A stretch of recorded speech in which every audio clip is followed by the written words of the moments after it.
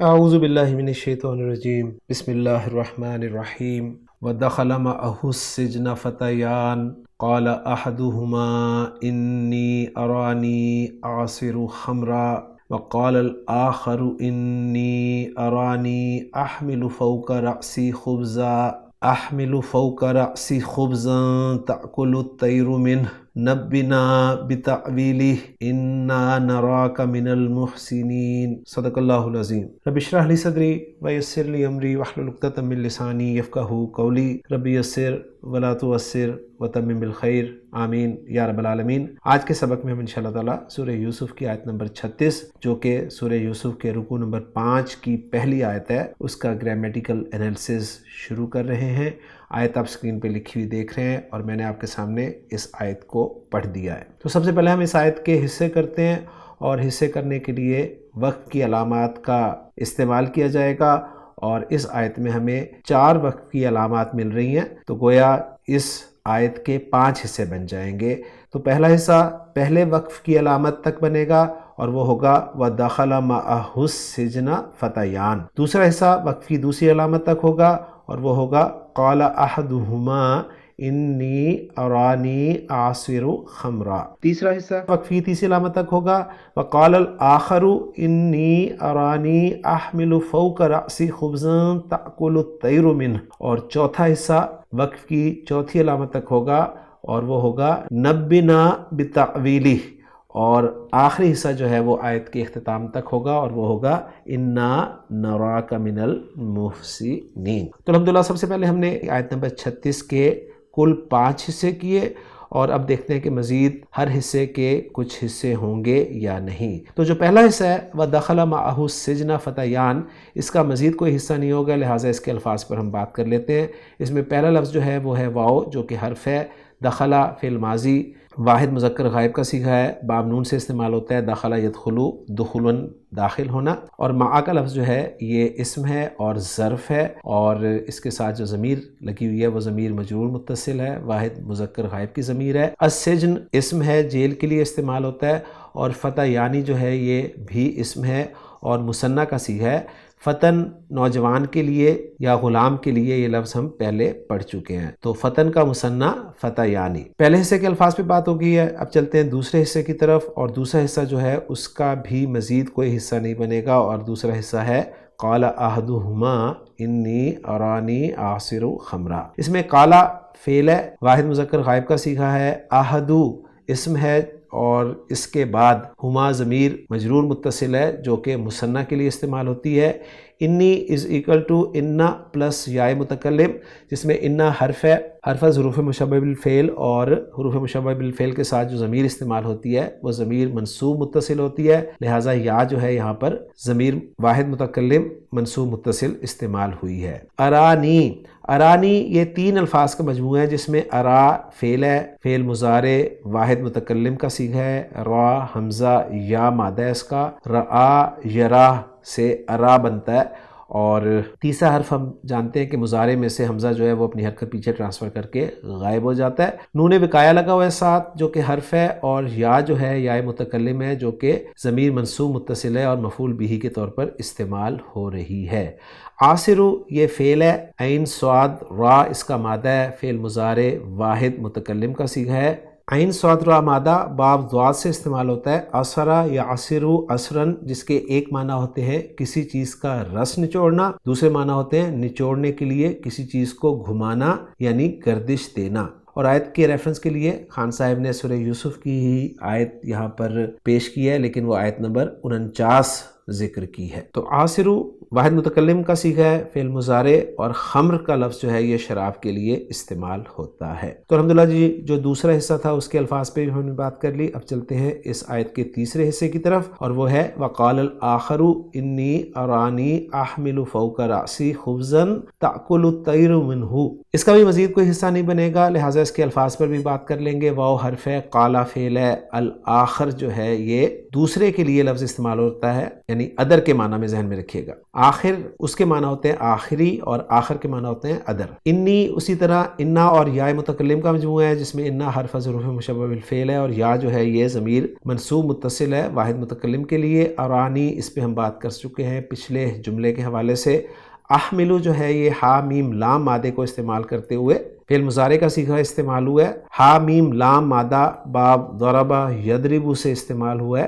حملہ یحملو حملن جس کے ایک معنی ہوتے ہیں کسی چیز کو اپنے اوپر لادنا یعنی بوجھ اٹھانا، اور خان صاحب اس کی ڈیٹیل کچھ یوں دے رہے ہیں کہ اس کا مفعول جو ہے وہ بنفسی ہی آتا ہے یعنی وداؤٹ پریپوزیشن استعمال ہوتا ہے، اور اس کے لیے آیت کا ریفرنس یہی دیا ہے خان صاحب نے آیت نمبر 36. اور دوسرے معنی اس کے ذکر کیے ہیں خان صاحب نے کہ کسی چیز کو دوسرے پر لادنا یعنی بوجھ ڈالنا، اور بتا رہے ہیں کہ اس کے مفعول پر علا کی پریپوزیشن استعمال ہوتی ہے. اور تیسرے معنی اسی فعل کے لکھ رہے ہیں کہ کسی کو کسی چیز پر لادنا یعنی سوار کرنا یا سواری دینا، اور مزید بتا رہے ہیں کہ جس کو سوار کرتے ہیں وہ وداؤٹ پریپوزیشن استعمال ہوتا ہے، اور جس پر سوار کرتے ہیں اس پر علا کی پریپوزیشن استعمال ہوتی ہے. تو یہاں پر یہ اس آیت میں کسی چیز کو اپنے اوپر لادنا یعنی بوجھ اٹھانا کے معنی میں ہی استعمال ہوا ہے. فوقا جو ہے یہ اسم ہے اور ظرف ہے، اوپر کے معنی میں استعمال ہوتا ہے. رأس یہ آپ کا پارٹ آف باڈی ہے، سر کے لیے استعمال ہوتا ہے، اور ساتھ جو یا متکلم لگی ہوئی ہے ضمیر یہ مجرور متصل ہے. اور خبز کا لفظ جو ہے یہ روٹی کے لیے استعمال ہوتا ہے. تاکلو فعل مضارع کا صیغہ ہے، واحد مؤنث غائب کا صیغہ ہے، حمزہ کاف لام اس کا مادہ ہے، باب نون سے استعمال ہوتا ہے. اکلا یاکلو اکلن کھانا کے معنی میں. الطیر جو ہے یہ الطائر کی جمع ہے، اور الطائر کے معنی پرندے کے ہوتے ہیں. من حرف جر ہے جس کے ساتھ ضمیر مجرور متصل لگی ہوئی ہے واحد مذکر غائب کی. تو الحمدللہ جو تیسرا حصہ تھا اس کے الفاظ پہ بھی ہم نے بات کر لیا. اب چلتے ہیں چوتھے حصے کی طرف جو کہ ایک مختصر سا حصہ ہے، لہٰذا اس کا تو کوئی مزید حصہ بنے گا ہی نہیں، اور یہ حصہ ہے نبنا بتعویلہ. اس میں نبی جو ہے یہ فعل امر ہے، نون با اور حمزہ مادہ ہے، باب تفعیل سے استعمال ہوا ہے. نبأ ینبئ تنبیئا جس کے معنی جستہ جستہ بتانا یا جتا دینا یعنی انفارم کرنا، خبر دینا، ان معنی میں ہم اس کو لے سکتے ہیں. نا ضمیر ساتھ لگی ہوئی ہے جو کہ ضمیر منصوب متصل ہے جمع متکلم کی، اور با حرف جر ہے. تعویل جو ہے یہ تعبیر کے لیے ڈیٹیل کے لیے استعمال ہوتا ہے، تفسیر کے لیے استعمال ہوتا ہے، اور تعویل اسم ہے، اس کے ساتھ ضمیر لگی ہوئی ہے ضمیر مجرور متصل جو کہ واحد مذکر غائب کی ضمیر ہے. چوتھے حصے پہ بھی بات ہوگی. اب چلتے ہیں پانچویں اور آخری حصے کی طرف، اور یہ ہے انا نراک من المحسنین. اس کا بھی مزید کوئی حصہ نہیں بنے گا. اس کے الفاظ میں انا پہلے استعمال ہو رہا ہے، اور یہ انا پلس نا کا مجموعہ ہے، گویا یہ انا نا تھا جس کو انا بھی لکھا اور پڑھا جاتا ہے. انا حرف حروف مشبہ بالفعل ہے، اور نا جو ساتھ ضمیر لگی ہوئی ہے یہ ضمیر منصوب متصل ہے جو کہ جمع متکلم کی ضمیر ہے. نرا فعل مضارع جمع متکلم کا صیغہ ہے. را حمزہ اور یا مادہ تھا جس میں سے آپ کو 2 حروف نظر آ رہے ہیں صرف، دیکھنا کے معنی میں یہ استعمال ہوتا ہے. اور کاف جو ساتھ ضمیر لگی ہوئی ہے یہ ضمیر منصوب متصل ہے واحد مذکر حاضر کی. من حرف جر ہے، اور المحسنین جو ہے یہ اسم ہے، المحسن کی جمع ہے، اور المحسن جو ہے یہ احسن یحسن احسانن سے صیغہ صفت اسم الفاعل ہے، یعنی احسان کی روش اختیار کرنا. باب فعل سے اسم الفاعل آپ کے سامنے ہے. تو الحمدللہ جی آیت نمبر 36 کے جتنے الفاظ تھے ان پہ ہم نے تفصیل سے بات کر لی ہے. اب ہم چلتے ہیں ڈاکٹر عبدالرحیم صاحب کی ورکنگ کی طرف کہ وہ اس آیت کے حوالے سے ہمیں کیا بتانا چاہ رہے ہیں. شرح المفردات میں ڈاکٹر عبدالرحیم صاحب بتا رہے ہیں سب سے پہلے الفتح کے بارے میں کہ المراد بہ العبد کما تقدم. یہاں پر اس سے مراد جو ہے وہ العبد ہے یعنی غلام ہے، کما تقدمہ جیسا کہ پہلے گزر چکا ہے. اثر الانبا ونحوہ یعصرہ اثرا. اثرہ فعل کا استعمال بتا رہے ہیں، ماضی اس کا اثرہ ہے، اور مفعول بھی جو ہے وہ وداؤٹ پریپوزیشن استعمال ہو رہا ہے العنبا، اور مضارع بتا رہے ہیں یعصرو، اور مصدر بتا رہے ہیں اسرن. اس کے معنی لکھ رہے ہیں آگے کہ استخرج ماءہ یعنی اس نے اس کا پانی باہر نکالا. واعتصرہ کذالک، اور اسی طرح باب افتعال سے بھی یہ استعمال ہوتا ہے. واسم ذالک الماء الاسیر، اور وہ پانی جو ہے جو نکلتا ہے اس کا نام الاسیر ہے.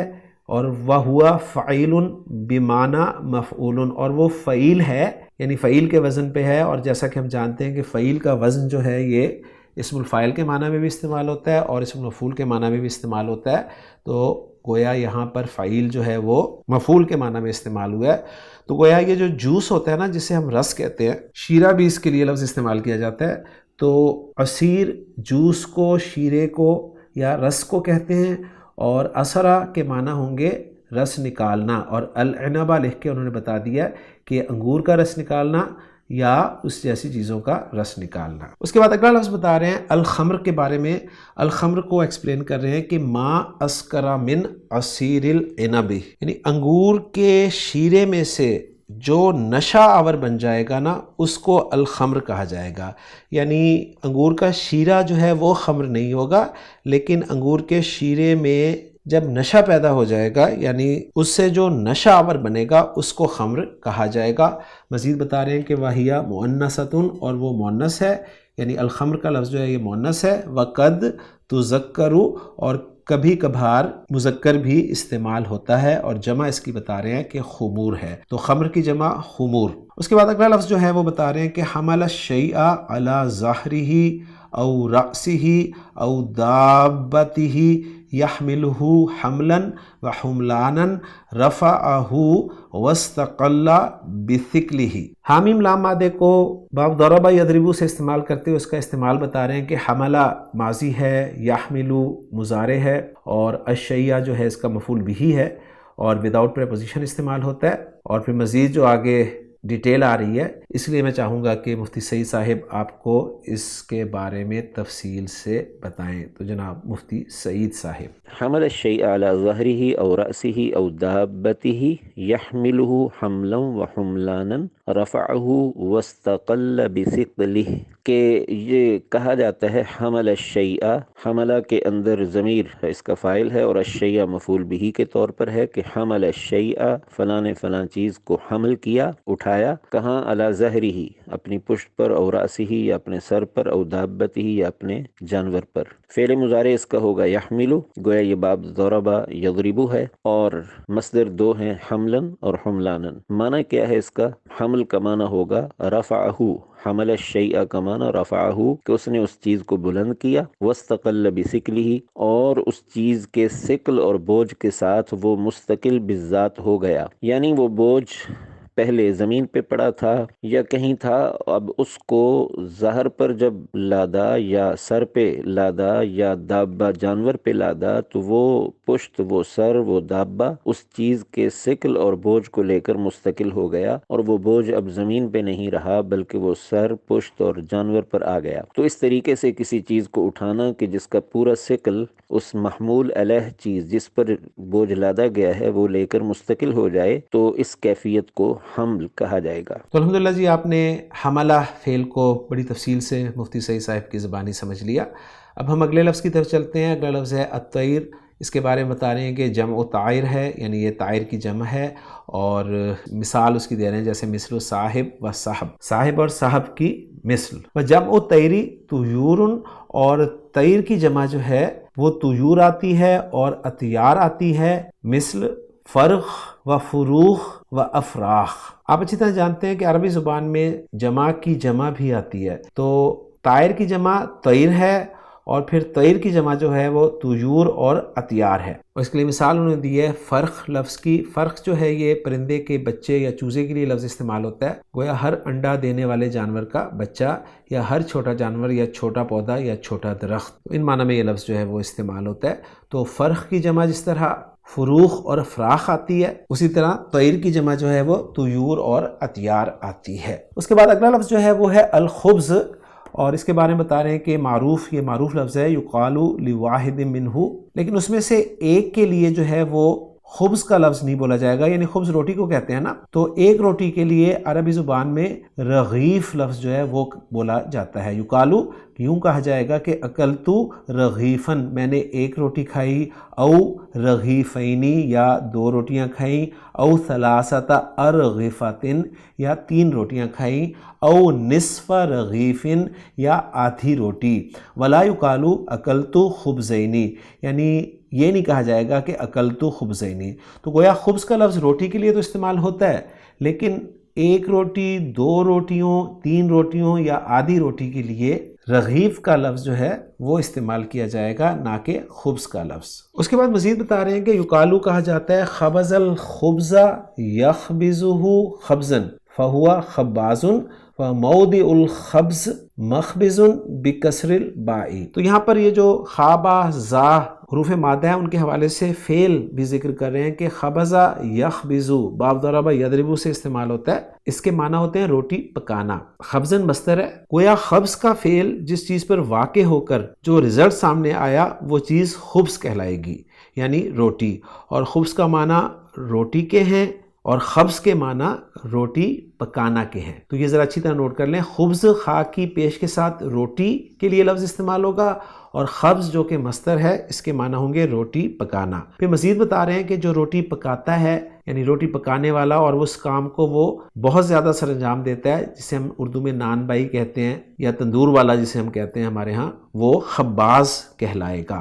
اور بتا رہے ہیں کہ روٹی پکانے کی جو جگہ ہوگی وہ مخبزن مفعول کے وزن پر آئے گی، بکسر البائی یعنی با کی زیر کے ساتھ۔ تو مخبز کے معنی کیا ہوں گے؟ روٹی پکانے کی جگہ۔ تو بہت اہم انفارمیشن ہمارے سامنے آ گئی جی۔ اگلا لفظ بتا رہے ہیں فوقا، جو کہ ظرف مکانن ہے، وہ ہوا نقید تحتا، اور یہ تحتا کا اپوزٹ ہے۔ الراس کے بارے میں بتا رہے ہیں کہ عضو معروف، یہ ایک معروف عضو ہے، وہ ہوا مذکر، اور وہ مذکر ہے جس کی جمع جو ہے رؤوس اور ارؤسن آتی ہے۔ راس کے بارے میں ڈاکٹر عبدالرحیم صاحب ایک پوائنٹ اور بتا رہے ہیں کہ یؤنثہ اہل بعض البلاد العربیۃ الآن فی کلامہ و کتاباتہم، کہ بعض عربی شہر والے جو ہیں وہ ابھی بھی اپنے کلام اور اپنی کتابوں میں اس کو مؤنث استعمال کرتے ہیں۔ اس کے بعد آخری لائن جو ہے شرح المفردات کی وہ ہے دخل البیت یدخلہ دخولا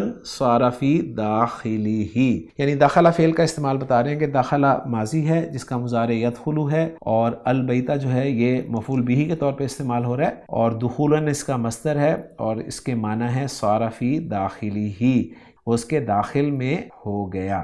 یعنی جب کہا جائے گا کہ دخل البیت، کہ وہ گھر میں داخل ہوا، تو مراد یہ ہوگا کہ صار فی داخلہ، کہ وہ اس گھر کے داخل یعنی اندرونی حصے میں ہو گیا، یعنی چلا گیا۔ تو الحمدللہ جی شرح المفردات کے حوالے سے بہت اہم انفارمیشن جو ہے ہمارے سامنے آ گئی ہے۔ ایضاحات النحویہ کو شروع نہیں میں کروں گا، اس لیے کہ لیکچر ہمارا طویل ہو جائے گا، کیونکہ ایضاحات النحویہ میں بھی اہم پوائنٹس ذکر کیے ہیں ڈاکٹر عبدالرحیم صاحب نے، اور پھر ہمیں جملوں کا اعراب بھی کرنا ہے، اور پھر محمود صافی صاحب کی ورکنگ بھی دیکھنی ہے، اور اینڈ پہ ترجمہ بھی دیکھنا ہے، تو لیکچر طویل ہو جائے گا۔